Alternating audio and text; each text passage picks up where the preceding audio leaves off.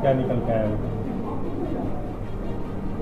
छत्रपति नगर में रहने वाले अनुल सिंह ने बताया कि उनको जो है दीपावली के दिन पूजा करके जब घर से बाहर अपने मामा जी के यहाँ जा रहे थे, जो बगल में ही रहते हैं, तो उनको किसी ने गोली मार दी, जिनका उनने बताया कि गाड़ी रोक करके गाड़ी से आए और रुका और 3 व्यक्ति थे और उन्होंने 2 ने फायर किया और 1 ने गाली गलौज की और जान से मारने की धमकी दी। इस सूचना पर तत्काल पुलिस हॉस्पिटल पहुंची और उनसे 0 पर अपराध पंजीबद्ध करके जो आरोपी थे उनकी तलाश की गई। आरोपी जो है सब अपने गंतव्य स्थानों पे मिले और इस घटना की जब तस्दीक की गई और एविडेंस कलेक्ट किए गए तो ये पाया गया कि सभी आरोपी जो तीनों थे उनके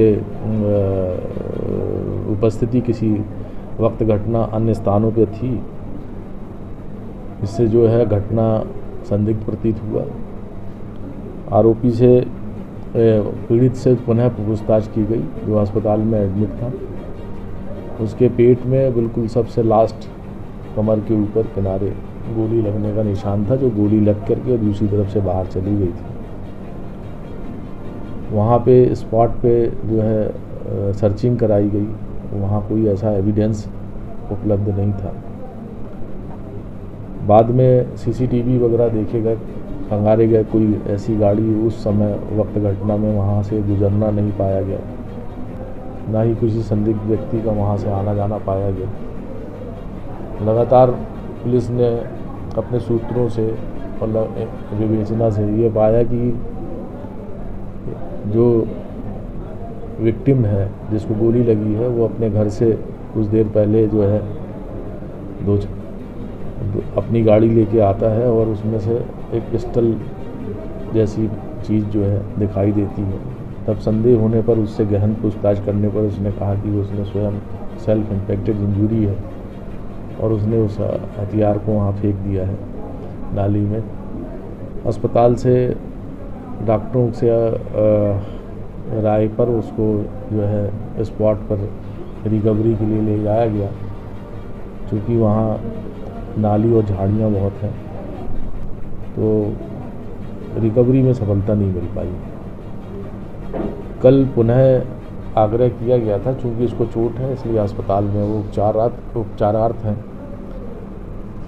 जैसे ही थोड़ा हालत ठीक हो जाएगी उनकी, तो उनको ले जा करके घटना स्थल पर उस चीज़ को बरामद करके अग्रिम जो है वैधानिक कार्रवाई की जाएगी। इस संबंध में वो घटना स्थल सुरक्षित रहे, पुलिस की निगरानी वहाँ पे 24 घंटे 24/7 लगी हुई है वहाँ, जब तक कि हम इस हथियार को बरामद न करें, ताकि कोई घटना स्थल से कोई वस्तु कहीं मिस उठा ना सके, यहाँ वहाँ ले जा ना सके, उसको डिस्टर्ब न कर सके।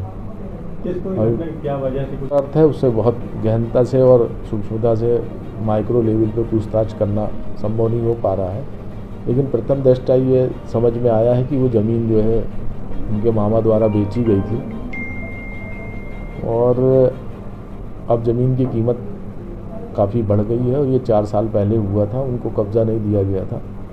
कुछ पैसे उनके बाकी भी थे, जो रोड और बनाने के बाद प्लाट तक पहुंचने की रोड और उनका कब्ज़ा उस समय दिया जाना था। अभी ऐसी संभावना है, जैसा कि अनावेदक गणों ने बताया है, कि वो ये चाह रहे हैं कि ऐसा प्रेशर बिल्डअप कर दें जिससे कि वो